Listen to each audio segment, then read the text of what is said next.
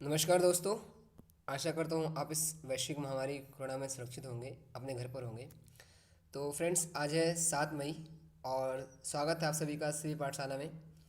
7 मई से जितने भी करंट अफेयर्स के क्वेश्चंस बनेंगे उसे हम इस वीडियो में देखेंगे और कुछ न्यूज़ अपडेट्स हैं उसे भी हम साथ लेके चलेंगे। चलिए शुरू करते हैं अपने सेशन को।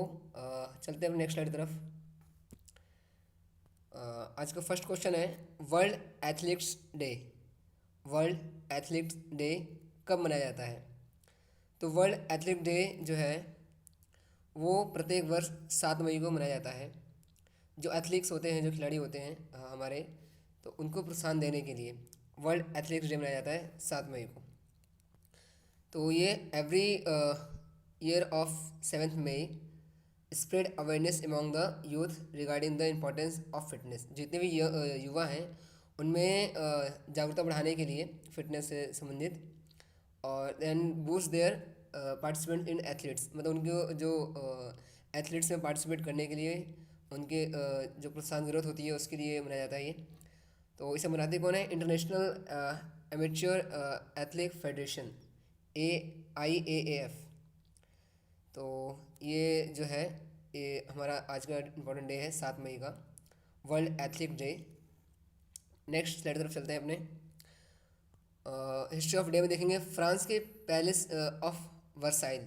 ये काफ़ी बहुत ही इतिहास के अंदर में अब देखेंगे तो बहुत ही जान नाम है इसका, खासकर फ्रांसीसी क्रांति का जो अध्याय पढ़ेंगे तो उसमें वर्साई ऑफ पैलेस का जिक्र है, पैलेस ऑफ वर्साई का जिक्र है, इसे लुई 14 के द्वारा बनवाया गया था। तो इसका जो उद्घाटन, मतलब कि इसका जो इनोग्रेशन पैलेस ऑफ वर्साइल का कब हुआ था, हिस्ट्री में देखेंगे तो आज ही के दिन 7 मई 1664 में, 7 मई 1664 में फ्रांस के पैलेस ऑफ वर्साइल का उद्घाटन किया गया था।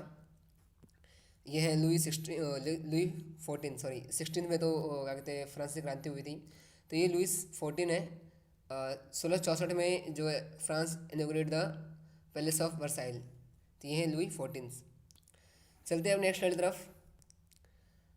हिमाचल प्रदेश सरकार के द्वारा जारी किया गया कोरोना हेल्पलाइन नंबर, मतलब कि कोरोना का जो फैलाव है तो हिमाचल सरकार ने अभी एक कोरोना हेल्पलाइन नंबर जारी किया है। अगर कोई भी समस्या है तो आप इस नंबर को डायल करें तो आपकी सहायता के लिए सरकारी जो कर्मी हैं वो आपकी सहायता करेंगे। तो रिसेंट में 1100, 1100 जो यहाँ आप देख रहे हैं फर्स्ट ए में ऑप्शन में 1100 जो है ये हिमाचल प्रदेश सरकार के द्वारा जारी किया गया कोरोना के लिए हेल्पलाइन नंबर है ये। तो अभी रिसेंट में जो हिमाचल प्रदेश है उसने 1100 नंबर बना कोरोना हेल्पलाइन, सुबह 7 से रात 10 बजे तक मिलेगी सुविधाएं। तो चलते हैं नेक्स्ट स्लाइड तरफ। किस राज्य सरकार ने 15 मई तक संपूर्ण लॉकडाउन की घोषणा करी है? तो अभी रिसेंटली में जो मध्य प्रदेश जो सरकार है उसने कोरोना के बढ़ते हुए प्रकोप के कारण 15 मई तक संपूर्ण लॉकडाउन की घोषणा करी है। तो ये अब न्यूज़ था आज का। मध्य प्रदेश लॉकडाउन अपडेट जो है 15 मई तक सब कुछ बंद रहेगा। ये जो मुख्यमंत्री वहाँ के शिवराज सिंह चौहान है उनकी घोषणा की गई थी। चलिए चलते हैं अपने नेक्स्ट स्लाइड की तरफ। भारतीय स्वतंत्रता आंदोलन के काल में, मतलब जिस समय स्वतंत्रता आंदोलन चल रहा था पूरे भारत के अंदर में, भारतीयों का पक्ष सामने रखने के लिए इंडिपेंडेंट अखबार किसने निकाला था? तो ये एक मॉडर्न इंडिया का जो हिस्ट्री का क्वेश्चन बन सकता है। बट अभी जो रिसेंट अपडेट आया वो ये है कि जो इंडिपेंडेंट अखबार जो था वो पंडित मोतीलाल नेहरू, जो पंडित जवाहरलाल नेहरू के पिताजी थे, पंडित मोतीलाल नेहरू, उनके द्वारा निकाला गया था ये इंडिपेंडेंट अखबार। तो अभी मैं इस न्यूज़ को इसलिए ऐड किया मैंने कि रिसेंटली में 6 ऑफ मई को जो है इनका जन्मदिन था, पंडित मोतीलाल नेहरू का। 1861 में इनका जन्म हुआ था और ये पहले कानपुर में वकालत इन्होंने करी और फिर उसके बाद फिर ये भारतीय रहन सहन को अपना लिया। 1919 से 1920 में कांग्रेस के अध्यक्ष चुने गए थे और आज़ादी का आंदोलन में भारतीयों के पक्ष सामने रखने के लिए इंडिपेंडेंट अखबार निकाला था इन्होंने, और 6 फरवरी 1931 को लखनऊ में अंतिम सांस ले ली। तो इन्हीं के ही जो पुत्र थे पंडित जवाहरलाल नेहरू, वो हमारे देश के पहले प्रधानमंत्री बने थे। तो चलते हैं नेक्स्ट स्लाइड तरफ। 3 लाख एक्टिव केस, ये बहुत ही बड़ा एक आंकड़ा है। 3 लाख जो एक्टिव केस है सिर्फ और सिर्फ कहाँ, एक ऐसे महानगर निकला, जो कौन सा है, बेंगलुरु। बेंगलुरु महानगर के अंदर में 3 लाख एक्टिव केस जो है पाए गए हैं। ये बहुत ही बड़ा एक अमाउंट है। तो कहीं ना कहीं एक हब बन गया है कोरोना जो संक्रमण है उसका, बेंगलुरु। तो अभी रिसेंट अपडेट ये था कि कोविड-19 3 lakhs Bengaluru active case highest among all cities in both ways. तो जो प्रथम और द्वितीय जो वेव था उसमें सबसे हाईएस्ट जो संक्रमण फैला है, लगभग 3 लाख, जो कि बेंगलुरु में देखा गया है। चलिए चलते हैं अपने नेक्स्ट स्लाइड तरफ। जगदीप धनखड़। जगदीप धनखड़ काफ़ी आप सुन रहे होंगे, अभी अपडेट आया होगा न्यूज़ के अंदर में। किस राज्य के राज्यपाल के रूप में कार्यरत हैं? तो जगदीप धनखड़ जो हैं वो पश्चिम बंगाल के राज्यपाल हैं। अभी ममता बनर्जी तीसरी बार मुख्यमंत्री, ये हैं जगदीप धनखड़, और ये हैं राज्यपाल हैं पश्चिम बंगाल के। ममता बनर्जी जो तीसरी बार मुख्यमंत्री शपथ ली है, तो इन्होंने दिलवाया था मुख्यमंत्री शपथ जगदीप धनखड़। ये राज्यपाल हैं पश्चिम बंगाल के। चलते हैं अपने नेक्स्ट स्लाइड तरफ। केंद्र सरकार ने किस बैंक में अपनी पूरी हिस्सेदारी बेचने के प्रस्ताव को मंजूरी दे दी है? जो सेंट्रल गवर्नमेंट है उसने क्या पूरी मंजूरी दे दी है अपनी पूरी हिस्सेदारी बेचने के लिए? तो ये IDBI बैंक है। उसके जो जितने भी जो हिस्सेदारी हैं केंद्र सरकार के, वो सारे बेचने की मंजूरी दे दी गई है। तो ये IDBI बैंक है। Government and LIC ready for strategic cell of IDBI bank. तो चलते हैं अपने नेक्स्ट स्लाइड तरफ। भारत के किस राज्य के द्वारा जलीय जीवों, जो जल में रहने वाले जीव हैं जैसे कछुआ और मगरमच्छ, अभी तो 2 ही है, कछुआ और मगरमच्छ, के व्यवहारों को जानने के लिए सैटेलाइट मॉनिटरिंग टैग, ये एक टैग है जो कि सैटेलाइट से मॉनिटरिंग की जाएगी इन जीवों के व्यवहार में, क्या कर रहे हैं क्या नहीं कर रहे हैं, टैग लगाने की बात सामने आई है। तो अभी रिसेंट में जो उत्तराखंड सरकार है, तो उसके द्वारा जो है जलीय जीवों के ऊपर, कछुआ और मगरमच्छ के ऊपर सैटेलाइट मॉनिटरिंग टैग लगाने की बात सामने आई है। तो चलते हैं नेक्स्ट स्लाइड तरफ। भारत में कितने लागत पर 36 राफेल विमानों की खरीद के लिए फ्रांस के साथ अंतर सरकारी समझौता किया था? तो जो सितंबर 2016 के अंदर में जो समझौता हुआ था राफेल को खरीदने के लिए भारत सरकार और फ्रांस के मध्य में, तो उसकी लागत क्या थी? एक बड़ा अमाउंट है ये। तो 58,000 करोड़ इसकी लागत थी 36 राफेल विमानों की। तो अभी रिसेंट न्यूज़ ये है कि जो एक नई जो खेप है, जो फ्रेश बैच है 3 राफेल फाइटर्स का, उसको इंडिया लाया गया है। और क्या कहते हैं, जो लास्ट जो आया गया, फर्स्ट बैच जो आया था वो जुलाई 29 को आया था, लास्ट ईयर में आया था ये। तो चलते हैं नेक्स्ट स्लाइड तरफ। अमेरिका में भारत के राजदूत कौन हैं? मतलब अमेरिका में जो भारत के राजदूत कौन है, मतलब भारत के कौन से ऐसे व्यक्ति हैं जो कि अमेरिका के अंदर में भारत का राजदूत है, भारत के पक्षधर हैं? तो चरण चरणजीत सिंधु जो है, ये सॉरी ये एडिट हो गया, तिरंजीत संधू है ये चरणजीत आ गया पर। तिरंजीत संधू जो है, तिरंजीत सिंह संधू, वो हैं भारत के राजदूत हैं। ये हैं envoy Sandhu meets Anthony Fauci for his insight on covid situation vaccine efficiency. जो एंटनी फासी हैं वो क्या कहते हैं US के जो टॉप हेल्थ एक्सपर्ट हैं, और इन्हीं के साथ अभी वार्ता हुई थी हमारे जो सिंधु साहब हैं उनके द्वारा, कि जो कोरोना का संक्रमण फैल रहा है उसमें सुधार लाने के लिए। और इसमें अभी जो क्या कहते हैं एंथनी फॉसी ने जो कुछ दिन पहले इन्होंने एक सलाह दी थी कि आर्मी को भी इस कोरोना जो वैश्विक महामारी है इसको रोकने के लिए इनकी सहायता लेना ज़रूरी है। और इन्होंने एक सलाह दी थी एंथनी फॉसी ने कि संपूर्ण लॉकडाउन लगाने की। तो अभी रिसेंटली में मीट हुई और ये हमारे भारत के जो तिरंजीत सिंह संधू हैं वो राजदूत हैं अमेरिका के अंदर में, तो उनसे वार्तालाप हुई थी। चलते हैं नेक्स्ट स्लाइड तरफ। 1943 से 1948 के मध्य महात्मा गांधी के निजी सचिव कौन थे? तो एक दुखद समाचार है कि 1943 से लेकर 1948 के मध्य जो महात्मा गांधी के निजी सचिव थे कल्याणम, उनकी मृत्यु हो गई है। तो अभी रिसेंट में एक अपडेट आया था कि Kalyanam Mahatma Gandhi former personal secretary no more. तो ये 1943 से 1948 के बीच में महात्मा गांधी के निजी सचिव थे ये, तो इनकी मृत्यु हो गई है। चलते हैं नेक्स्ट स्लाइड तरफ। ये है कल्याणम, ये है कल्याणम जो महात्मा गांधी निजी सचिव थे। हाँ, आज का जो एक इम्पोर्टेंट जो संस्था है भारत के लिए, वह है RBI, reserve bank of India. अभी आपने रिसेंट सुना होगा, हेल्थ इंफ्रास्ट्रक्चर और कई सुधारों के लिए 50,000 करोड़ का जो एक देय राशि प्रदान करी गई है आरबीआई के द्वारा।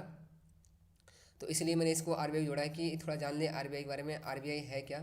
तो जो आरबीआई है एक रिजर्व बैंक ऑफ इंडिया है, और जितने भी नोट प्रिंट करती है यही करती है। इसका हेडक्वार्टर जो है मुंबई में है, महाराष्ट्र, इंडिया के अंदर में। इस्टेब्लिश कब हुआ था? 1935 में हुआ था ये, मतलब अंग्रेजी शासन के अंदर में ही इसकी स्थापना हो चुकी थी, 1 अप्रैल 1935। ऑनरशिप कौन है? Ministry of finance, government of India, जो वित्त मंत्रालय है वही है। और ये गवर्नर जो है अभी कौन है? शक्तिकांत दास, एक आईएएस ऑफिसर जो है शक्तिकांत दास, जो है क्या एक गवर्नर है किसके? भारतीय रिजर्व बैंक के। सेंट्रल बैंक ऑफ इंडिया है। तो करेंसी क्या है? रुपये, जाहिर सी बात है। अभी रिजर्व बैंक के अंदर में जो पूरा अमाउंट हो कितना है? 38,30,997 करोड़ रुपये इसके अंदर में जो रिजर्व है। और बैंक रेट क्या है इसका? 4.00%। चलते हैं अपने नेक्स्ट स्लाइड की तरफ। एक और है यूनिसेफ। अभी यूनिसेफ की एक कमेंट आया था यूनिसेफ का, उसमें ये कहा गया कि इंडिया का जो अभी दौर है कोरोना संक्रमण का, ये बहुत ही व्यापक है, और जो थर्ड वेव आने वाला है भारत के अंदर में, वो काफ़ी ज़्यादा घातक होगा।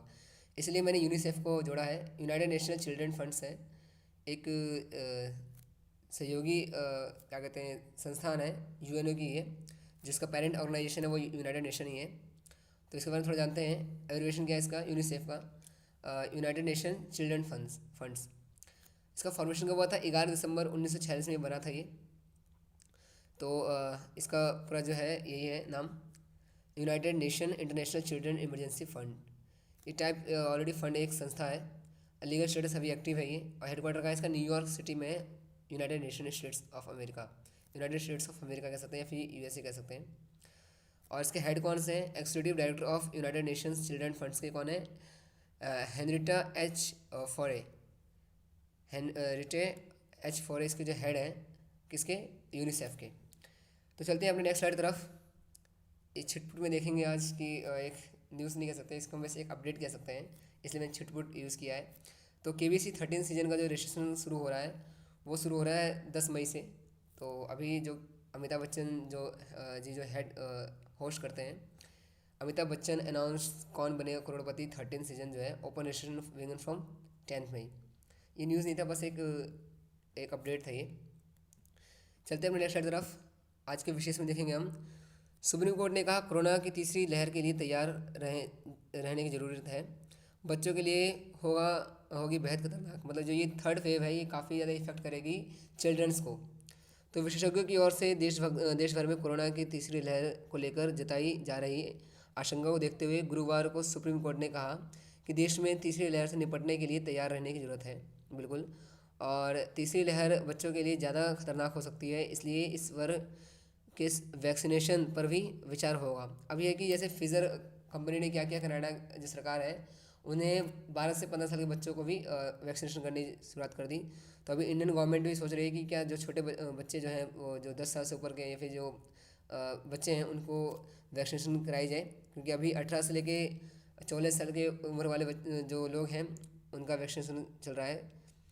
तो इसके लिए वैज्ञानिक योजना की जरूरत है, और केंद्र सरकार ने बताया कि कोर्ट ने निर्देशानुसार दिल्ली को 370 मैट्रिक टन ऑक्सीजन की आपूर्ति, भी ऑक्सीजन की बहुत किल्लत है दिल्ली के अंदर में, लेकिन दिल्ली को इतनी ऑक्सीजन की ज़रूरत नहीं है, मतलब एक्स्ट्रा ऑक्सीजन मिला हुआ है। केंद्र ने ऑक्सीजन ऑडिट की मांग की, लेकिन कोर्ट ने साफ किया कि फिलहाल दिल्ली को 700 मैट्रिक टन ऑक्सीजन की आपूर्ति जारी रहनी चाहिए। ये सुप्रीम कोर्ट ऑफ इंडिया का ऑर्डर है ये। चलते हैं अपने नेक्स्ट विशेष स्लाइड की तरफ।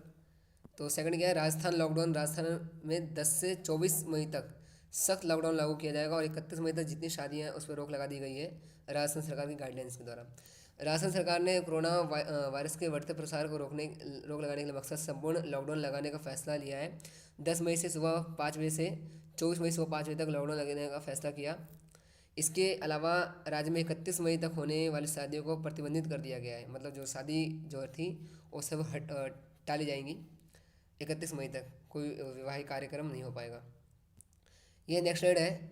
कोरोना टीकों को बौद्धिक संपदा बंधनों से छूट दिलाने के लिए भारतीय मुहिम रंग लाई, अमेरिका ने किया रियायत देने का फैसला। तो ये जो बाइडन है और ये हमारे देश के प्रधानमंत्री श्री नरेंद्र मोदी जी। तो जो बौद्धिक संपदा ये पेटेंट का जो यहाँ पर मुद्दा आया है, पेटेंट क्या होता है कि मान लो कोई कंपनी जो है उसने अपना नया वैक्सीन बनाया, तो उसके जो फार्मूलाज हैं उसको सुरक्षित रखने के लिए वो कंपनी पेटेंट करा लेती हैं। तो बहुत से जो विकसित जो देश हैं उसके अंदर में जो वैक्सीन बनाई जा रही हैं, तो उनके पेटेंट्स को लेकर के काफ़ी विवाद फैला हुआ है। तो अमेरिका ने रियायत बरती है। और यह है कि अमेरिकी राष्ट्रपति की शीर्ष व्यापार वार्ता कैथरीन लाई ने एक बयान जारी कर विश्व व्यापार संगठन वार्ताओं में इस छूट पर समर्थन किया है कि भारत के प्रधानमंत्री नरेंद्र मोदी के आग्रह को स्वीकार करते हुए अमेरिका के राष्ट्रपति जो बाइडन ने कोविड-19 वैक्सीन को बौद्धिक संपदा अधिकार से छूट का समर्थन दिया है। मतलब कि जो कोविड-19 वैक्सीन जो बनेंगे उसके पेटेंट जो है उसमें छूट मिला है इंडिया को जो बाइडन की तरफ से। अमेरिकी राष्ट्रपति का यह फैसला भारत के प्रयासों की कड़ी कामयाबी है और इसका लाभ दुनिया के 60 से अधिक विकासशील देशों को मिलेगा। ऐसे में नज़रें अब जिनेवा में चल रहे WTO जनरल काउंसिल की बैठक पर होंगी। यस, ये भी रिसेंट जो IR का पार्ट है उससे रिलेटेड है ये, कि जो अभी रिलेशनशिप है इंडिया और क्या कहते हैं अमेरिका का, काफ़ी मधुर दिख रहे हैं। तो ये कह सकते हैं कि अभी फ़िलहाल जो रूस से जो संबंध है भारत का वो भी काफ़ी गहरा है। इसी स्लाइड में आगे देखेंगे हम विशेष में। हाँ, ये है अब ज़्यादा तेज़ी से होगी corona testing. Reliance India limited ने खास सिस्टम लगाने के लिए इजराइल टीम को भारत बुलाने की मांग की है। ये है मुकेश अंबानी जी, हमारे देश के जो एक बिजनेसमैन है, काफ़ी फेमस बिजनेसमैन, आप सब जानते हैं इनको। रिलायंस इंडस्ट्री लिमिटेड के चेयरमैन प्रबंधन निदेशक मुकेश अंबानी ने इजराइल की एक टीम को भारत बुलाने के लिए केंद्र सरकार से विशेष अनुमति मांगी है। दरअसल इजराइल की ये टीम भारत आकर रैपिड कोविड-19 आइडेंटिफिकेशन सोल्यूशन को स्थापित करेगी। इससे देश में कोरोना टेस्टिंग आसानी और तेज़ी से हो सकेगी। कंपनी इसके लिए लोगों को प्रशिक्षण भी देगी। रिलायंस इंडस्ट्रीज ने $1.5 करोड़ में इजराइल की एक startup company breath of health, ये बहुत इंपॉर्टेंट कंपनी है ब्रेथ ऑफ हेल्थ, कि यह सॉल्यूशन खरीदा है। तो अभी रिसेंट में जो कोरोना वैश्विक महामारी है उसमें बहुत से जो उद्योगपति हैं, जो व्यापारी हैं वो, और जो कई सारे जो रिलायंस जैसे इंडिया के जो प्रबंधक हैं, मैनेजिंग डायरेक्टर हैं मुकेश अंबानी, तो उनकी एक पहल है, ये शुरुआत है कि जो रैपिड टेस्टिंग हो सके। जब रैपिड टेस्टिंग होगी तो हमारे सामने आंकड़े प्रत्यक्ष नजर आएंगे और सरकार उन आंकड़ों पे सही से काम कर पाएगी। चलते हैं अपने नेक्स्ट स्लाइड तरफ। विशेष में क्या है, खुशखबरी जो है, दो दिनों में भारत आएगी स्पुतनिक V की 1,50,000 खुराक। जुलाई तक 1 करोड़ का लक्ष्य है। तो अभी रिसेंट में लास्ट हमने देखा जो पेटेंट की बात चल रही थी US की तरफ से, अभी रशिया ने भी इंडिया को सपोर्ट किया है इस वैश्विक महामारी में। तो अभी 1,50,00,000 जो खुराक है वो आने वाली है। तो स्पुतनिक वैश्विक देश में कोरोना महामारी की दूसरी लहर से आतंक मचा रहा है। वहीं भारत सरकार के प्रधान वैज्ञानिक सलाहकार के विजय राघवन ने कोरोना की तीसरी लहर के लिए तैयार रहने को कहा है। ऐसे में इस संकट की घड़ी से उबरने के लिए रूस अगले 2 दिनों में स्पुतनिक V के टीके की 1,50,000 खुराकों की दूसरी खेप भारत भेज रहा है। दोनों देशों के बीच हुई बातचीत के अनुसार रूस जून तक 50 लाख और जुलाई में 1 करोड़ से अधिक स्पुतनिक V के टीकों की खुराक भारत भेजने की तैयारी कर रहा है। तो काफ़ी हेल्प मिल रहा है हमारे इंडिया को। जो हमारे इंडिया की जो हालत है काफ़ी ज़्यादा ख़राब है। इस कंडीशन को देखते हुए जितने भी जो सहयोगी देश हैं, जितने हमारे मित्र देश हैं, उनकी सहायता ली जा रही है। चलते हैं हम नेक्स्ट स्लाइड की तरफ। ये हैं व्लादिमीर पुतिन और ये प्रेसिडेंट हैं रशिया के। तो चलते हैं नेक्स्ट स्लाइड तरफ। विशेष 6 में देखेंगे मालदीव के पूर्व राष्ट्रपति मोहम्मद नशीद पर हमला, कार में बैठे समय हुआ विस्फोट। एक विस्फोटक हमला हुआ। पूर्व राष्ट्रपति मालदीव के मोहम्मद नशीद जो थे ये हैं, और मालदीव के पूर्व राष्ट्रपति मोहम्मद नशीद पर जानलेवा हमला हुआ है। हमले में पूर्व राष्ट्रपति और कई अन्य गंभीर रूप से घायल हो गए हैं। मालदीव के विदेश मंत्री के अनुसार कही जा रहे थे जब रात में उन पर हमला हुआ। मोहम्मद नशीद अपनी कार में बैठे रहे थे तभी विस्फोट हुआ। ये विस्फोट उनके घर के पास ही हुआ। इस हमले कई लोगों की घायल भी हो गए। तो ये मालदीव का एक न्यूज़ है जिसमें जो पूर्व राष्ट्रपति थे मालदीव के, उनके ऊपर हमला हुआ, विस्फोटक हमला। चलते हैं अपने नेक्स्ट स्लाइड तरफ। विशेष साधन में देखेंगे पूर्व प्रधानमंत्री चौधरी चरण सिंह के बेटे, राष्ट्रीय लोकदल अध्यक्ष और पूर्व केंद्रीय मंत्री चौधरी अजीत सिंह, यह चौधरी अजीत सिंह, एक दुखद समाचार है, इनका निधन हो गया। बागपत को से 7 बार संसद में रह चुके हैं, ये केंद्रीय नागरिक उड्डयन मंत्री रह चुके हैं। वे कोरोना संक्रमित थे और मंगलवार रात उनकी तबीयत बिगड़ी, उन्हें गुरुग्राम के एक प्राइवेट हॉस्पिटल में भर्ती कराया गया था और फिर उन्होंने अंतिम सांस वहाँ ली। तो अजीत सिंह जी का जो निधन हो गया, ये वाजपेयी और मनमोहन सरकार के में मंत्री भी थे ये। चलते हैं अब नेक्स्ट स्लाइड तरफ। आज है वॉयलेंस इन बंगाल। तो ये बहुत ही ज़्यादा देखने को आ रहा है न्यूज़ में कि पश्चिम बंगाल के अंदर में जो तृणमूल कांग्रेस की जो विजय हुई है, उसके उपरांत जो बीजेपी जो जितने भी नेता हैं बीजेपी के, उनके ऊपर जो हिंसक घात किया जा रहा है, जो उन्हें हमला किया जा रहा है, वो कहीं ना कहीं विचारणीय है। तो पश्चिमी मोदीपुर में केंद्रीय मंत्री वी मुरलीधर पर हुआ हमला, कार हुई क्षतिग्रस्त। तो पश्चिमी मोदीपुर जिले में पंचगुड़ी गांव के केंद्रीय राज्य मंत्री वी मुरलीधरन की कार पर हमले किए गए। हालांकि केंद्रीय मंत्री को चोट नहीं आई, लेकिन कार क्षतिग्रस्त हुई। बता दें कि मुरलीधरन जो है बीजेपी के नेताओं की केंद्रीय टीम के सदस्य थे, जो पश्चिम मोदिनीपुर में हिंसा से पीड़ित कार्यकर्ताओं से मुलाकात करने गए थे। मुरलीधरन में पश्चिमी मोदिनीपुर में कार्यकर्ताओं के साथ बैठक कर लौट रहे थे, तभी उनके ऊपर जो है ये हमला किया गया। और एक जो वायलेंस हो रहा है बंगाल के अंदर में, ये कहीं ना कहीं बड़ा ही एक विचारणीय विषय है सभी के लिए, क्योंकि आप एक लोकतांत्रिक देश के अंदर रहते हैं और परिणाम आ जाने के बाद अगर वायलेंस हो रहा है तो कहीं ना कहीं सरकार की जिम्मेदारी बनती है। चलते हैं नेक्स्ट स्लाइड तरफ। ये अभी रिसेंट न्यूज़ था, ये PIB के अंदर में आया था। ये इंडिया फाइट्स कोरोना जो मुहिम चलाई गई थी, उसके तहत जो है फ्रांस से जो है 40 मैट्रिक टन जो है ऑक्सीजन अरेंज किया गया, लाया गया, और 2 क्रायोजेनिक टैंकर लाए गए। ठीक है, और ये जो यूनाइटेड टू फाइट कोरोना जो है एंड स्टे सेफ, जो एक मुहिम चलाई गई उसके तहत है। तो चलते हैं नेक्स्ट तरफ। ये कोरोना से संबंधित कुछ आंकड़े हैं। ये आंकड़े जो हैं 6 मई 2021 के 8 बजे तक के आंकड़े हैं कि जो केसेज हैं हमारे देश के अंदर में 2,77,410 केसेज पूरे हमारे भारत के अंदर में हैं, जिसमें महाराष्ट्र जो है काफ़ी हाई रैंक पर है। लगभग 41,64,000 जो 98 केस हैं वो महाराष्ट्र में हैं। तो चलते हैं नेक्स्ट तरफ। ये availability of covid vaccine doses, ये भी जो है 6 मई 2021 के 8 बजे तक का जो न्यूज़ है। दिल्ली में 3,37,122 जो वैक्सीन है, और उत्तर प्रदेश में जो है वैक्सीन के हैं 9,93,843 जो क्या कहते हैं डोजेस हैं वैक्सीन के। बिहार के अंदर में 5,33,859 और झारखंड में 4,90,043। कर्नाटका में 5,06,578।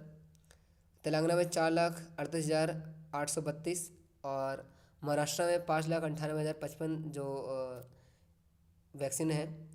और मध्य प्रदेश में 5,70,133 जो वैक्सीन डोजेस हैं अवेलेबल हैं। राजस्थान में 2,62,805 और हरियाणा में 7,07,417 ये कुछ आंकड़े हैं। चलिए चलते हैं अपने नेक्स्ट तरफ। एंड अगर आपको ये वीडियो अच्छा लगा तो इसे लाइक करें, अगर ये इन्फॉर्मेटिव लगा इसे शेयर करें, और ऐसे न्यूज़ अपडेट के लिए मेरे से जुड़े रहने के लिए मेरे चैनल को सब्सक्राइब करें। Thank you friends, thank you very much, thank you for watching, thank you.